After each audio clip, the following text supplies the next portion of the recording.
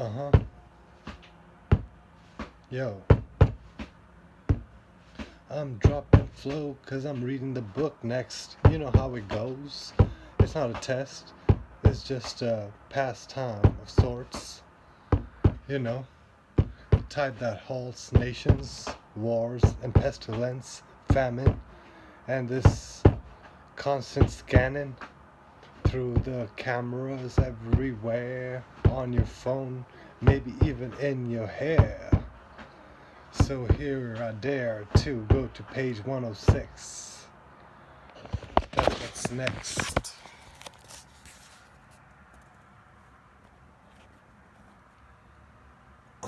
At the same time, the desire to. So he was talking about the future and the nomadic lifestyle and all these things he sees happening. So the desire to embark on voyages will stimulate unprecedented growth in tourism. A major form of economic development, tourism will require ceaseless growth in hotels and transportation, of ports and airports, of trains and highways in the Pacific and European spheres, as well as in the picturesque, if dangerous, periphery.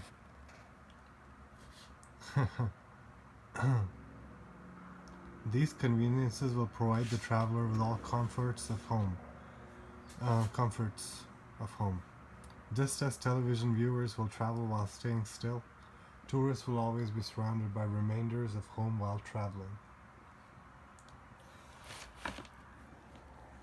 So you'll always have your YouTubes and your iPhones and your networks,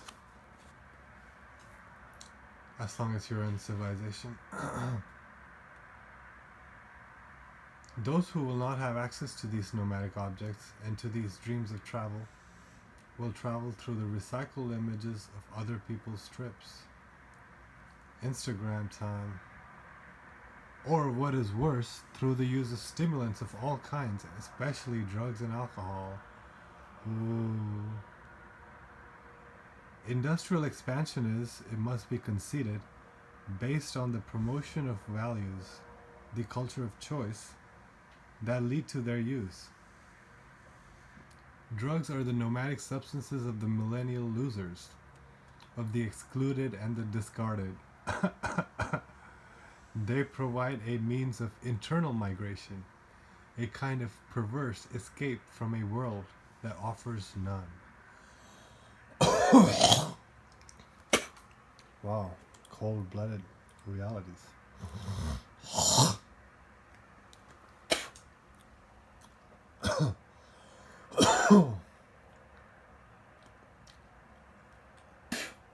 Automobiles, airplanes, trains are coming from the banksters themselves, huh? They have it all. And females to rape.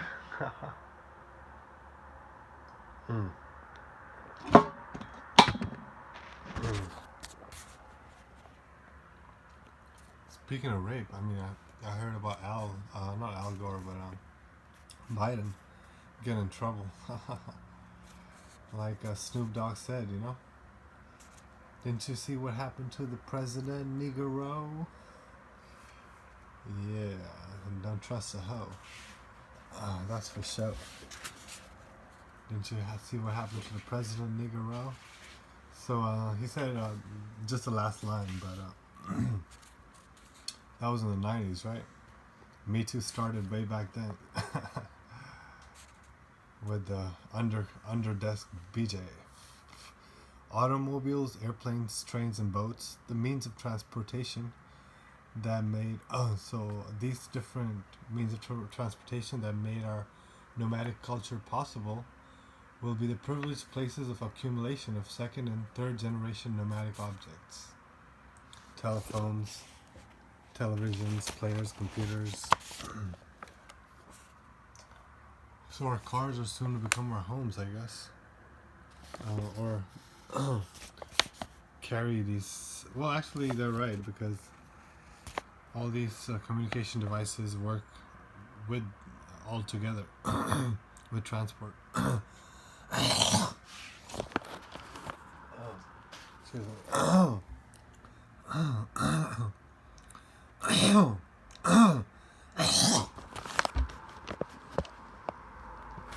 speaking seems to be helping with the cleansing. So since such objects are artificial limbs, making travel less onerous, they will speak and work as if they were living beings. They will use many sources of energy, solar, nuclear, hydrogen. Nomadic man will regard them as if they were the covered wagons favored by the gypsies. So aren't they true? They're becoming more like humans, these objects, whereas humans are becoming more like machines itself. So the wristwatch will be the perfect nomadic object, the primary symbol of prestige and utility, the essential accessory. It already has many functions other than telling time. Oh my god, I think I read all these.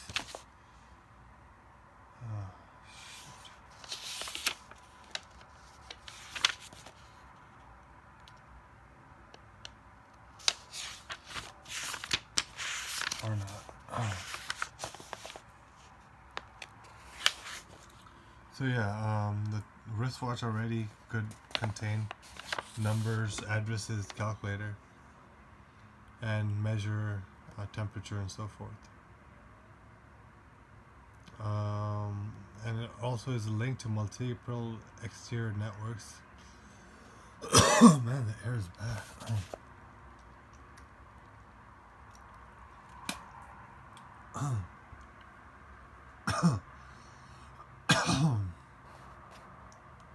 It is also a coveted item of nomadic clothing, an artificial limb, an ornament, the jewelry of nomadic man. One day when sound is digitized, it will obey voice commands.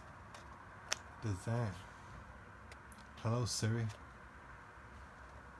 The telephone will soon be reduced to the size of a memory card that can be inserted into a tiny portable device, linked by radio to complex electronic networks.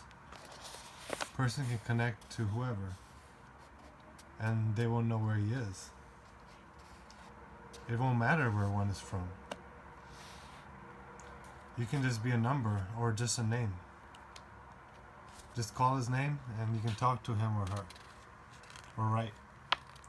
Fax will also be, in your phone. And so forth. And this memory card will become the principal artificial limb of a person, at once an identity card, a checkbook, a telephone, and a fax machine. In sum, a nomadic man's passport. So my iPhone is my passport. It will be a kind of artificial self. And that reminds me of the Facebook episode of South Park. That was pretty funny. Where, it was like an artificial self, kind of like the Brazil movie, where he has this artificial self too.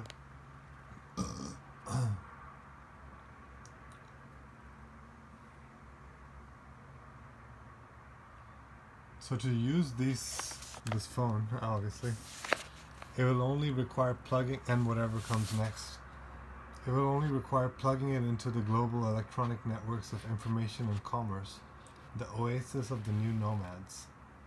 These networks will be as easily accessible, homogeneous, and integrated as today's automated tellers, whose services we use by simply inserting our bank cards into their slots.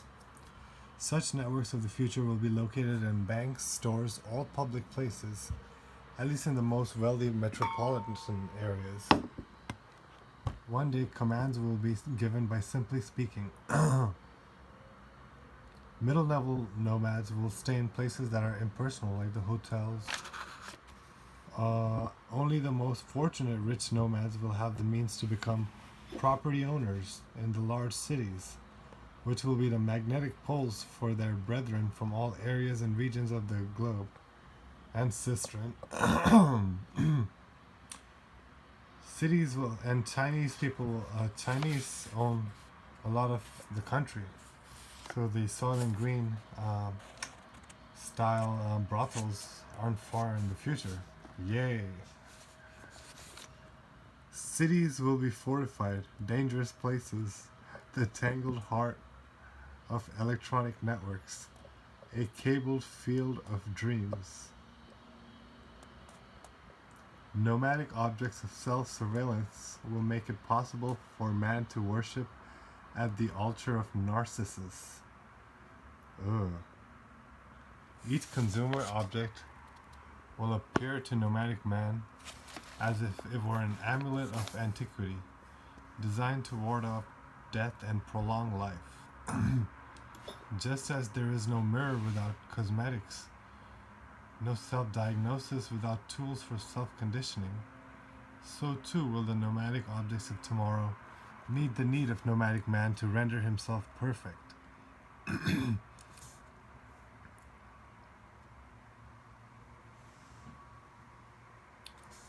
Oh, I think I've read all this.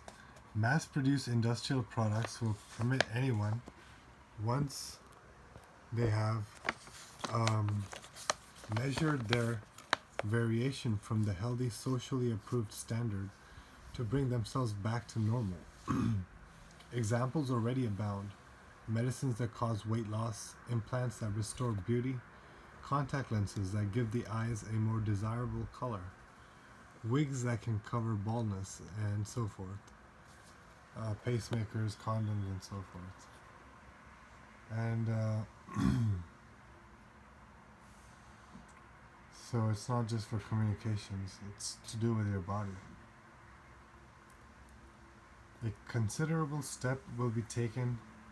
Maybe that's why I'm freaking disabled on one side of my body. That's the side I used to keep my phone. Holy shit. A considerable step will be taken when one can connect microprocessors to different organs of the body so as to permanently monitor variations from norms and re-establish equilibrium. Okay. Already one can automatically inject insulin into diabetics. Soon vitamins may be injected into babies. These microprocessors, at first made out of materials the body can tolerate, and later out of biological materials, will supply medicine at regular intervals.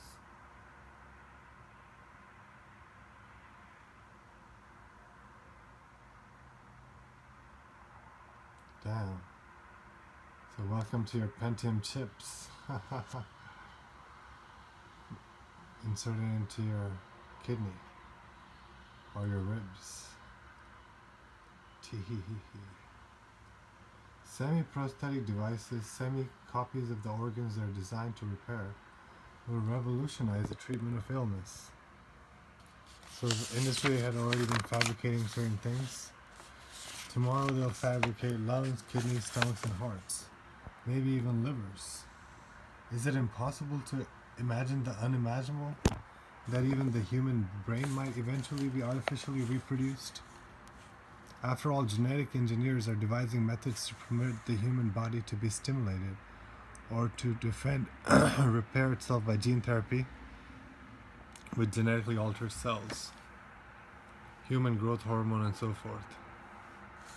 So at the end of this cultural mutation, one can imagine that man himself will become a nomadic object. So this is an important part. Covered with artificial organs, and people are already talking about these man-animal hybrids being sold as slaves or being experimented on. I've heard rumors. But anyway, covered with artificial organs, he will become an artificial organ himself, to be bought and sold like any other object. Fantasy? Mere extrapolation of present tendencies? Let us imagine the possibility more closely.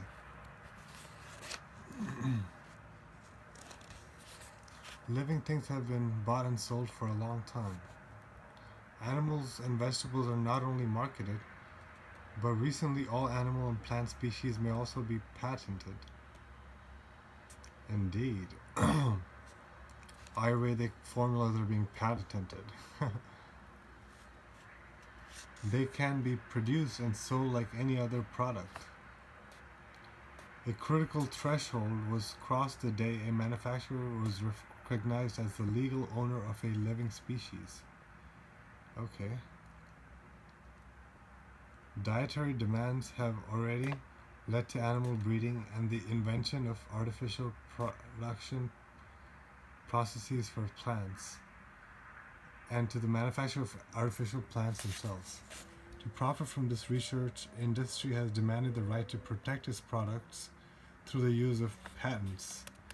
Now, these industries are very assertive, but the people, unfortunately, the opposite. For the same reasons, patents have already been issued for unicellular organisms and recently for multicellular organisms.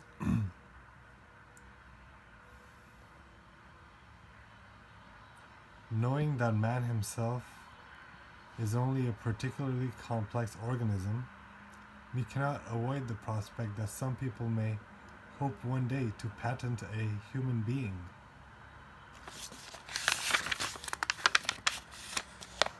Alright, let me take a break for a wrap.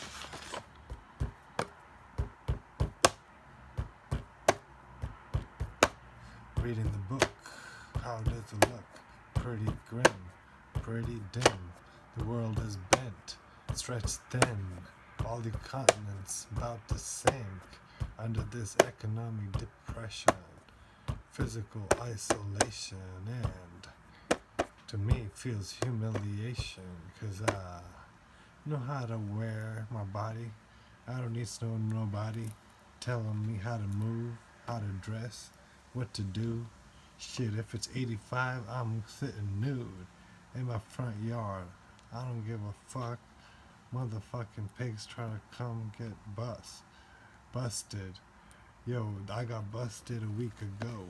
It seems, 'cause I had dreams, wet dreams, and I saw somebody. Anyway, dude. Oh shit, I've lost the beat. I can't keep up.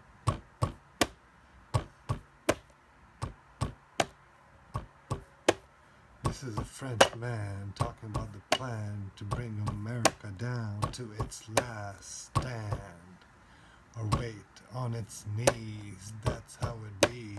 So it seems should go to OC, chilling at the beach, people hanging free, no masks and no rules from authorities. That's how it should be.